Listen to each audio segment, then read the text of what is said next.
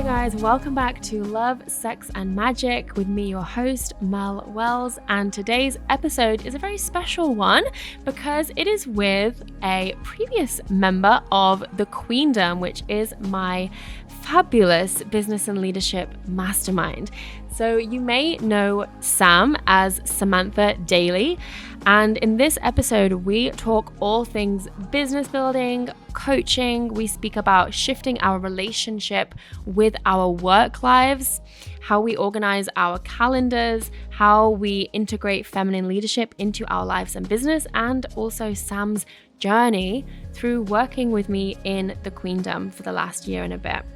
So Samantha is a spiritual business and mindset coach, certified past life regression practitioner, and top podcast host from New York.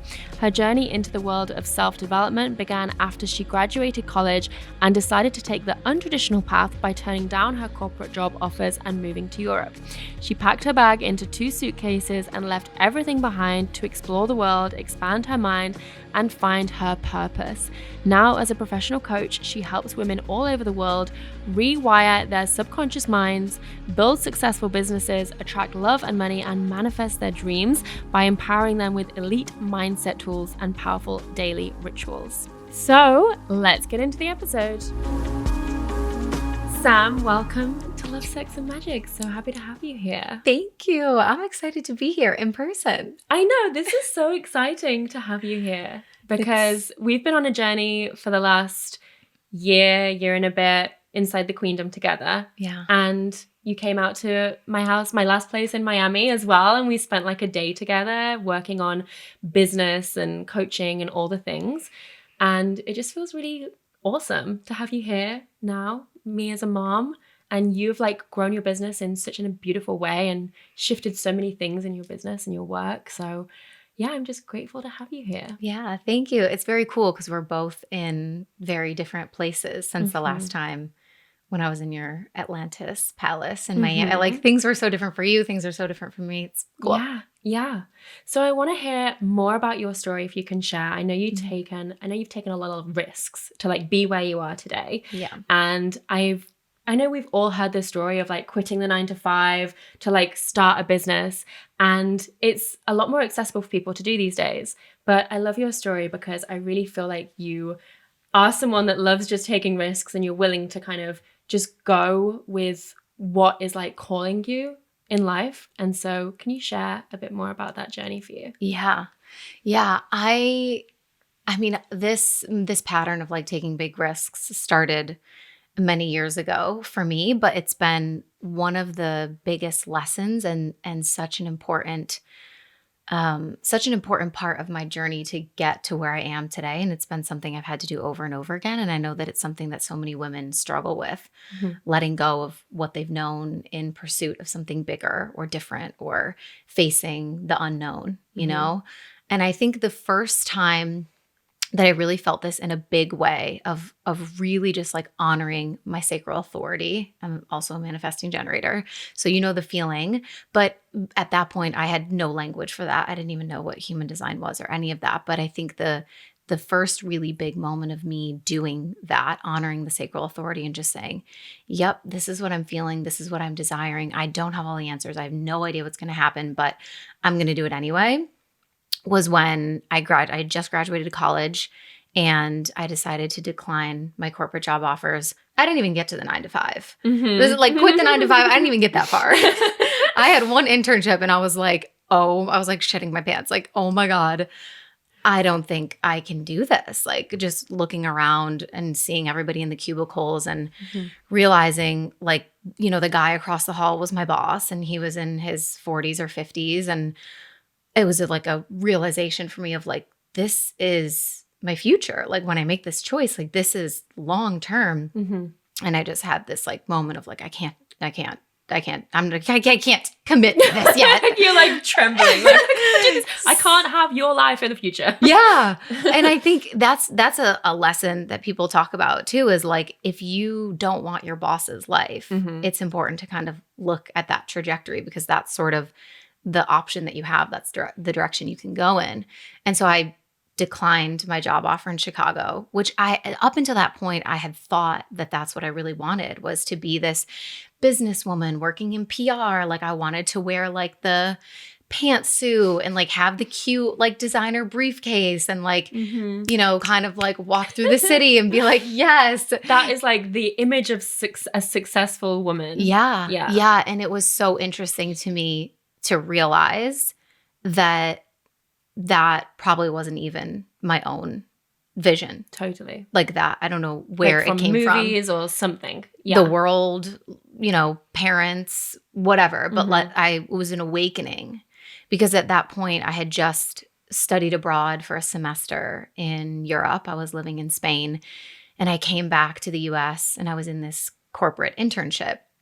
And that's what I, saw the cubicles. And I was like, I have just been so expanded. I've had this experience of like travel and falling in love in a foreign country, and, seeing how people in different places and in different cultures just appreciate life for living and not just for succeeding.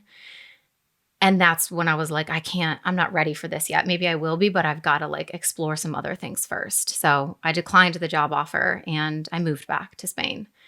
And I said it would be a year.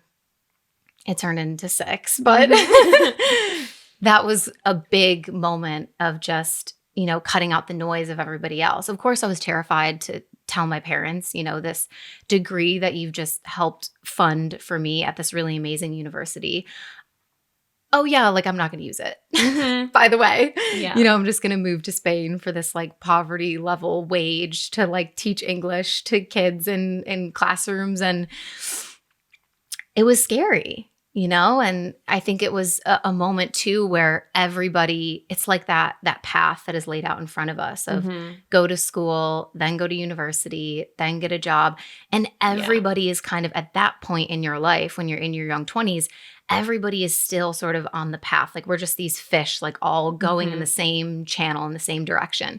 So everyone around me is talking about what jobs they're getting and what salaries and what cities they're moving to. And it was really challenging for me to just totally deviate from that and be like, I'm not doing any of that. Like, I'm not getting a big, cool corporate job in like a cool US city. Like, I'm just going to go over here and like teach some 4th graders like ABCs and see how it goes. So that for me was like the first true test of sacral authority, and like, how much can I really just honor the desire without having the answers. I love that. And I like that taught me so much. I feel like that's like such a key ingredient needed in a successful entrepreneur. It's like the ability to listen to your own intuition and your own inner guidance, and be willing to go somewhere where other people aren't going. Because entrepreneurship is all about forging your own path, creating your own thing, your own lifestyle, your own thing that probably people haven't done before, Yeah. So I'm curious to hear how you found the coaching industry and how you decided this is the industry that I want to go into and develop a business. This is before, obviously, you and I came together. Yeah. Yeah. So I moved to Spain, and when I got there is when I started kind of unpacking some things that were coming up for me around body image. And I was still in this phase, recently graduated from college, where I had gained a bit of weight. This happens to a lot of women. And I could recognize that I did not feel like my confident self that I wanted to be. I was really just like caught up in negative self-talk and body image and forcing myself to eat or not eat certain things, and, pushing workouts that totally did not make sense for me. Burning out my adrenals, trying to do all the HIIT exercises, like trying to, as they say, like hate myself into loving myself, which we know doesn't work. And so that was the gateway for me into personal development. And I started with like body image, self-love, learning intuitive eating, which is amazing, because I know Same that's path, like, yeah. And it is for so many of us. I mean, we start where we start, and then it kind of like unfolds and unravels from there in this beautiful divine way. And so I started consuming all the things, I was reading so many books I started practicing meditation a lot more religiously. I went back to my yoga practice. I ended up becoming a yoga teacher. And I really just got into all of the mindset work and subconscious reprogramming and money mindset. And it all like fully just changed my whole life. And then that's when I was like, I really want to share this. And I just started on Instagram. And I had like a blog at the time that I'd started when I was traveling around Europe. And I just started sharing some motivation tips and healthy recipes. And like, it's so transformed from there. But that was kind of the journey of how it started. Yeah. And you just really believed in yourself. Yeah. You know? And you're someone that I've really seen like come into this space when a lot of other people are saying the space is really saturated. And I think you are proof that you can come in when there's already a lot of noise going on and forge your own path still within that space. Yeah. You know? Yeah. I think it was like 2018 that I first started kind of like dabbling. I was in a teaching job in Madrid and it was totally draining me. It was classic like toxic work environment archetype. And I just knew that I had to get out, but I didn't know really how I was going to make it work or what I was going to do. And I had 3 jobs at the time. So I was working at this academy and I was also interning for someone for free online. And then I was in network marketing. And so I had all these things happening, but I still wasn't really making a lot of money. But at some point I had read Gabby Bernstein's The Universe Has Your Back.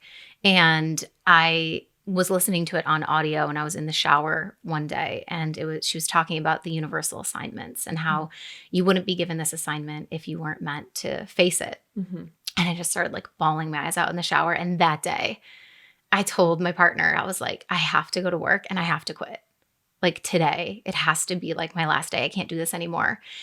And he was like, okay, I think you should. I think you should go for it. And I had no backup plan at that point. Another huge risk of just like, I have to jump and trust that the universe will catch me. And it's like this image in my head, and I share this with my clients a lot, of the leaps of faith that we have to take to get where we want to go is, I don't know if you've ever seen this meme, but it's like a little man on a cliff and like the big hand, I know, yeah. You know what I'm talking about. The big hand is like about to like flick him off of the cliff and the hand is like labeled the universe. And so it's this moment of feeling like, oh my gosh, like everything is crashing all around me, or this is so hard. And from that point of view, what the man can't see is that over the cliff, there's another hand underneath waiting to catch that's also labeled the universe. And I just felt like that was that moment for me. And that's where I really like decided, okay, I'm going all in on this journey. Like I'm choosing me, choosing my desires. I'm going to share more. I'm going to show up more. I'm just going to go for it.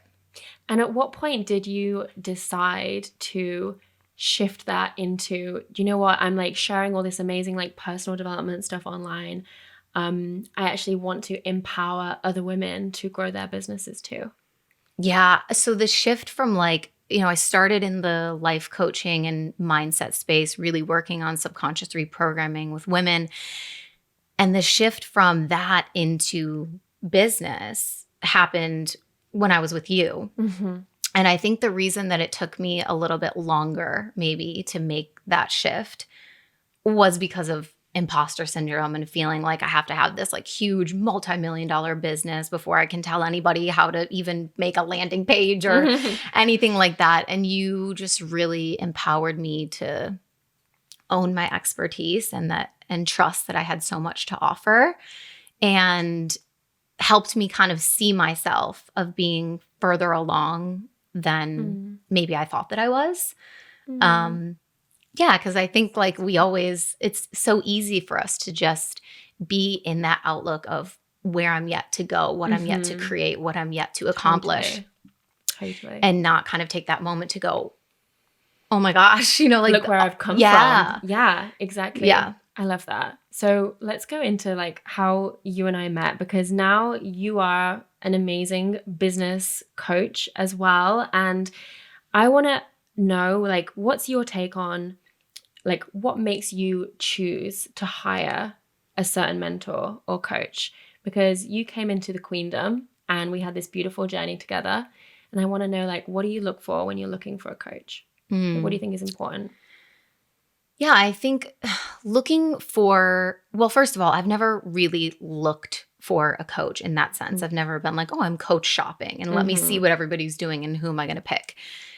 For me, it's just allowing a mentor to appear in divine timing when it's right. So I didn't necessarily go looking for you. I had followed you for some time, but I wasn't like shopping for a coach per se. But I think it's just important to look for someone who's an embodiment of what you are desiring to create in not only your business, but also in your life. I think that's a really, really important thing. And I think that's a lot to do with feminine leadership. Is it's not just someone who's made a lot of money and is going to say, hey, here's how you make a ton of money. It's, are they making money in a way that you want to make money? Are they making money in a way that's allowing them to live from a heart-centered place? And so finding someone who's an embodiment of who you want to be, right? Not just like, oh, there's this business and these accolades and things, but is this someone that I want to practice being?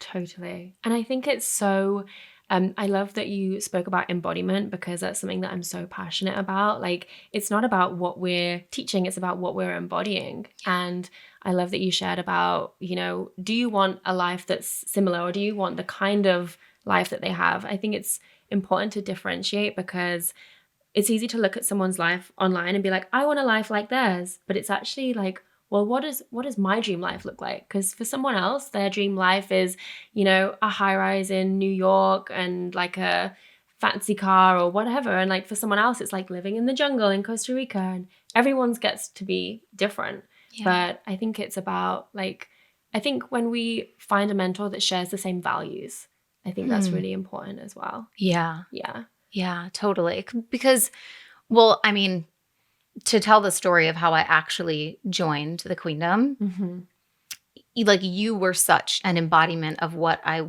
would desire for my life and my business, and the impact that I wanted to create and kind of the legacy that I wanted to lead. I just felt that you were such a beautiful embodiment of that. I saw you like doing an Instagram live. I remember this moment like so vividly. It's one of those, it's like core memory.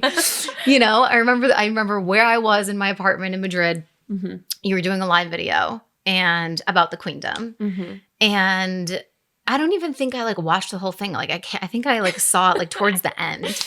And you were like, tomorrow's the last day to get like the bonus one-on-one call with me. Like if you join the Queendom. And I like went to the sales page. I read it. I was like, this is me. This is me. This is me. This is me. This is me. And then I messaged you and I was like, I think I'm signing up for the Queendom. I remember that. I was like, he was like, DM in. It was literally like 30 minutes until like it closed with this bonus. And you were like, here's the application. That's alignment. Yeah.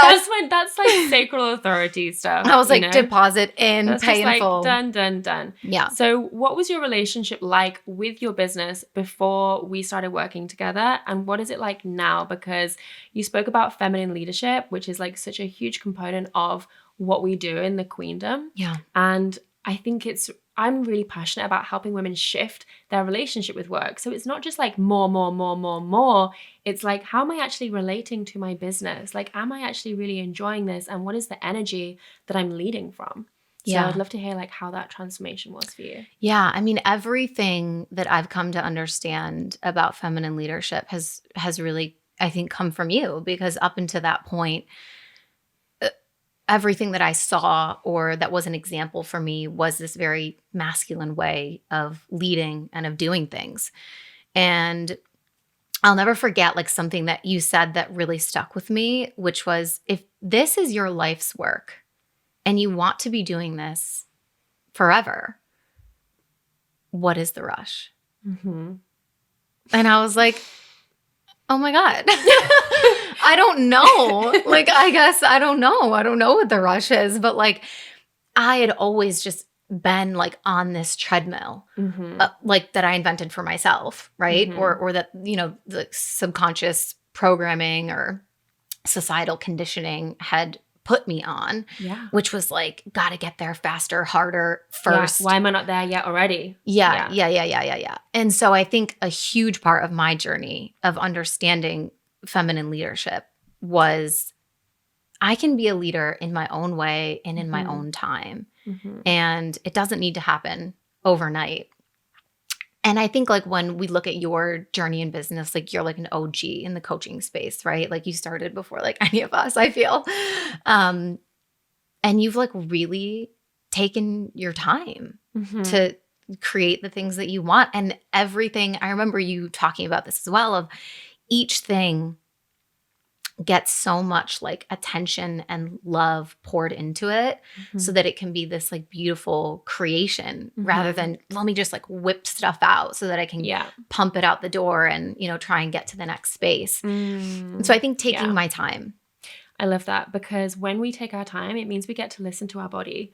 So the people or like the culture that says like go, go, go, go, go is not listening to the body. Is listening to that pressure of why am I not there yet? Faster, faster, more, more, more. Let me get there as fast as possible.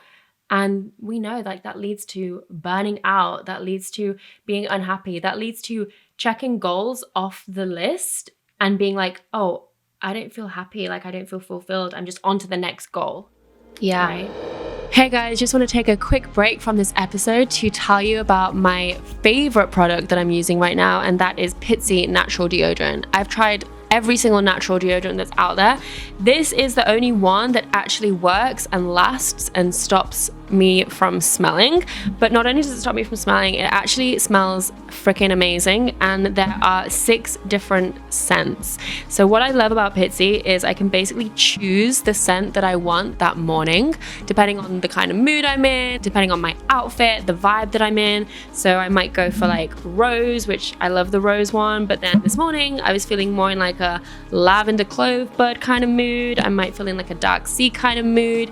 Like I'm so multi-dimensional that I like to choose a different scent every day, right? So I love this product so much. It's also biodegradable, compostable. You can literally put this into the soil when you're done with it and it will completely disintegrate into nothing. So super good for the planet, which we absolutely love. But yeah, most of all, just love that it actually works, you know, as a natural product.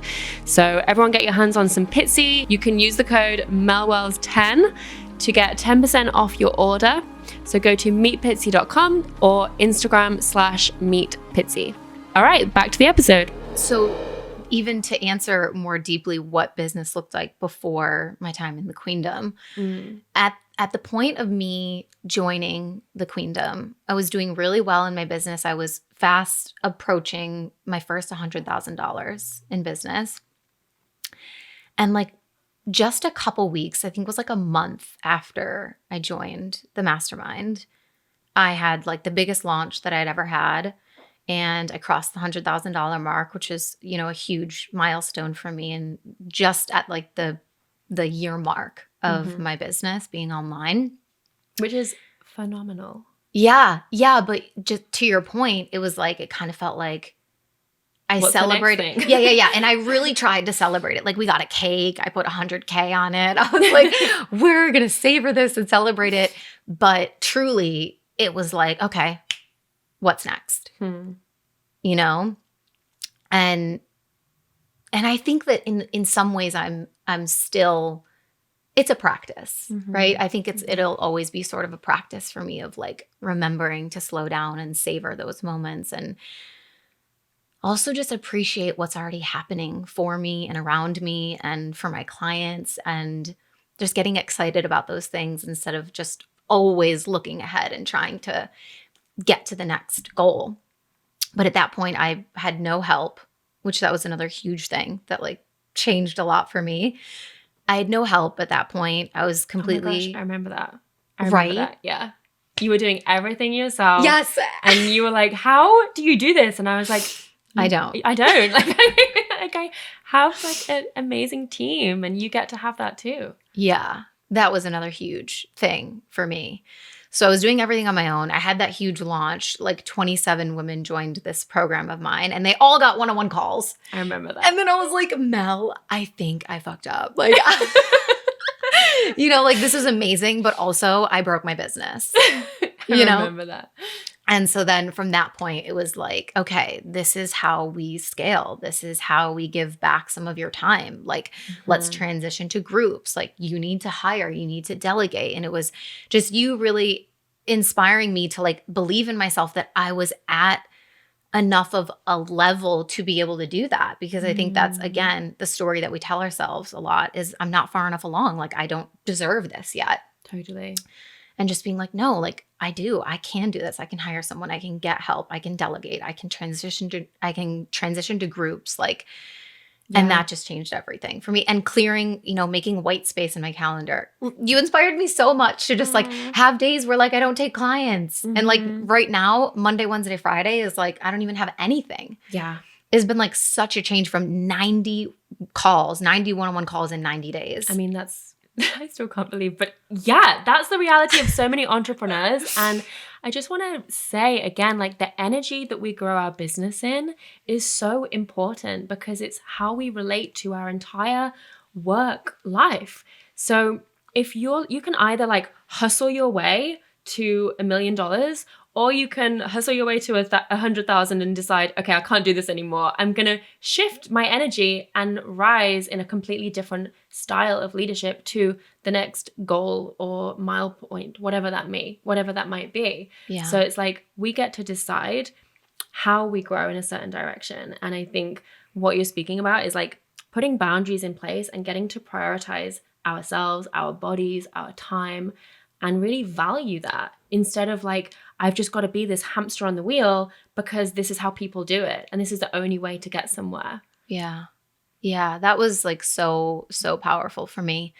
And I think another thing about kind of like transitioning into this feminine leadership, because I was so in my masculine up until this point, was also understanding that business is so much more than just what it can do for me, but it started to become about what I could do for others. And I think that's a pillar of feminine leadership as well, is understanding that, there's so many of us that are quitting our 9-to-5 jobs and starting a business, but I think we're not really doing it just because it's trendy. We are doing it because it's part of this like greater divine plan. At least I really believe that. And I feel that about my business.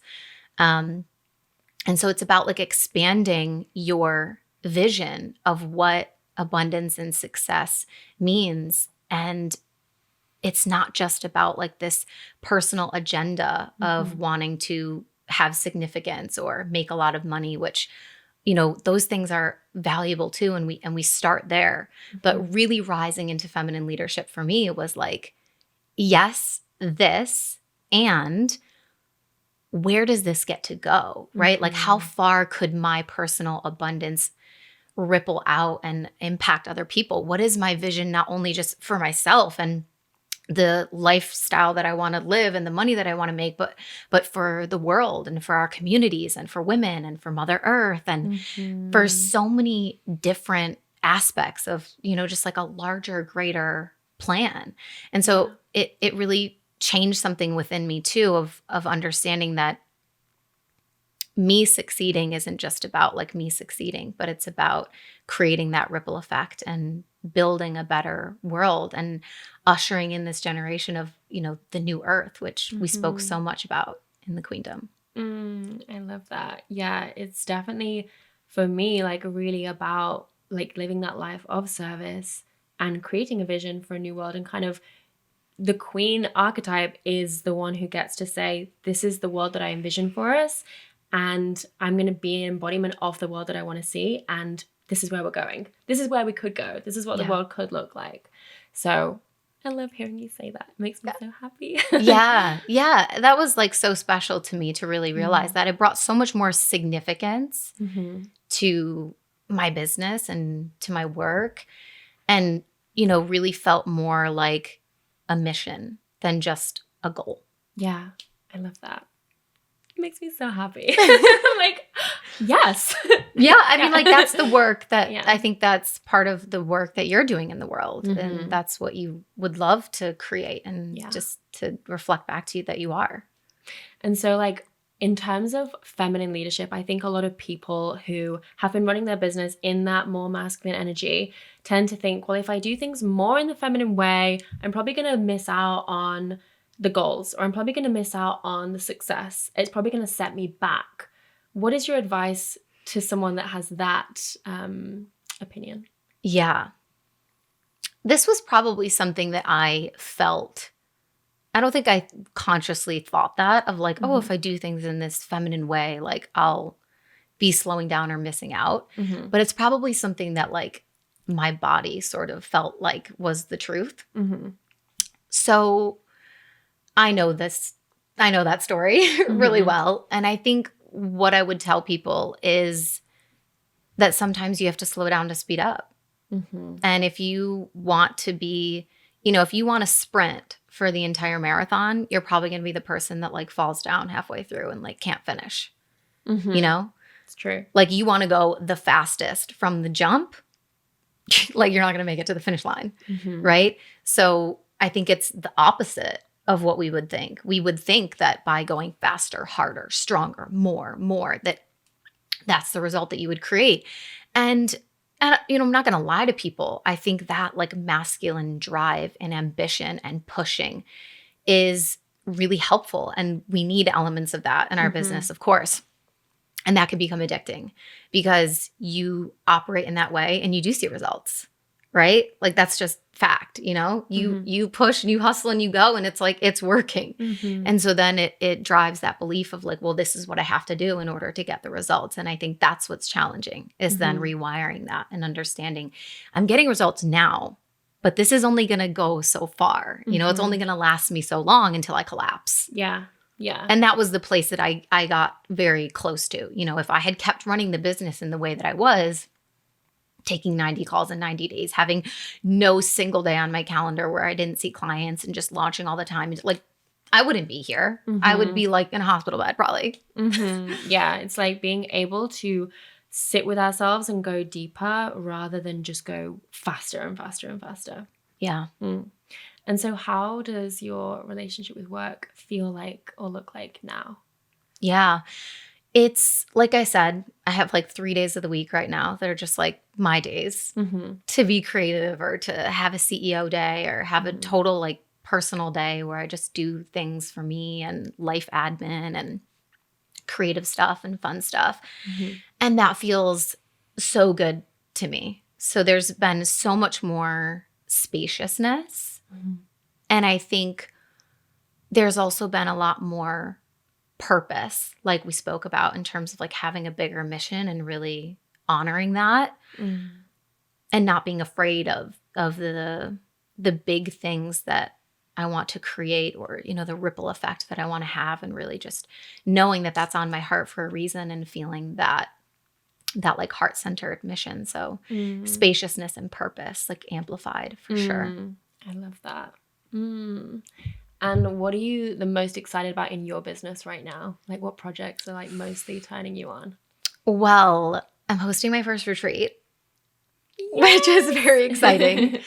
Yeah, very exciting. Actually, when we were in Tulum, when we were doing the breath work, I had a message like drop in so clear from Spirit that was just like a simple sentence. It was all that it said. And it was, you need to be doing in-person events now. And that was it. There we go. That's what happens. And I was like, okay. And I think a part of like my spiritual journey that I think is really important is, if you're desiring this connection to spirit or to the divine or even just to your intuition and you seek those answers and you receive them and then you deny them or ignore them, I think there's no greater offense to our relationship with God or the universe is to say, hey, help me, send me a sign, give me something, tell me where to go, what to do, how would you use me? And then receive the answer and go, no, I'm not ready yet. Sorry, I can't do that. Yeah. And so something that, I really try to integrate into my life is if I get a message, if I receive a sign, that means it's go time. I have to do that. I can't allow my own insecurities or fear or doubt or judgment or whatever else is coming up to hold me back, because that is the divine guidance, right? And it knows better than me. And so I need to shut up. I need to swallow all of my ideas of smallness or how I can't do it. And I just need to go. Yeah. You got to listen, because if you don't, it'll just keep coming. It'll just keep coming, and it'll just get louder and louder each time. Right? And I think we strengthen our relationship with God or the universe or spirit when we choose to listen. Yeah. I think it's like if you have a friend that's always saying, help me, give me advice, what would you do? And then it's the classic situation where you give them amazing advice and then they don't do anything with it, or they do the exact opposite. It's like, well, I'm going to stop talking to you then. Yeah. I'm going to stop giving you advice. And I don't want that to be my relationship with God, source, universe. I want us to be in partnership. I want it to feel like we are a team. And when I need you and you come through, I respect that and I honor that. I love that. I think this is such a beautiful place to wrap up our time together. But before we do, I want to ask you the 3 questions. What is something that you're loving right now? Something that I'm loving right now is morning walks on the beach, because I worked so hard to manifest my beach condo. And every morning when I put my feet on the sand and I watch the sunrise over the ocean, I'm just reminded of how magical it is that I even get to do that. Beautiful. Something that turns you on.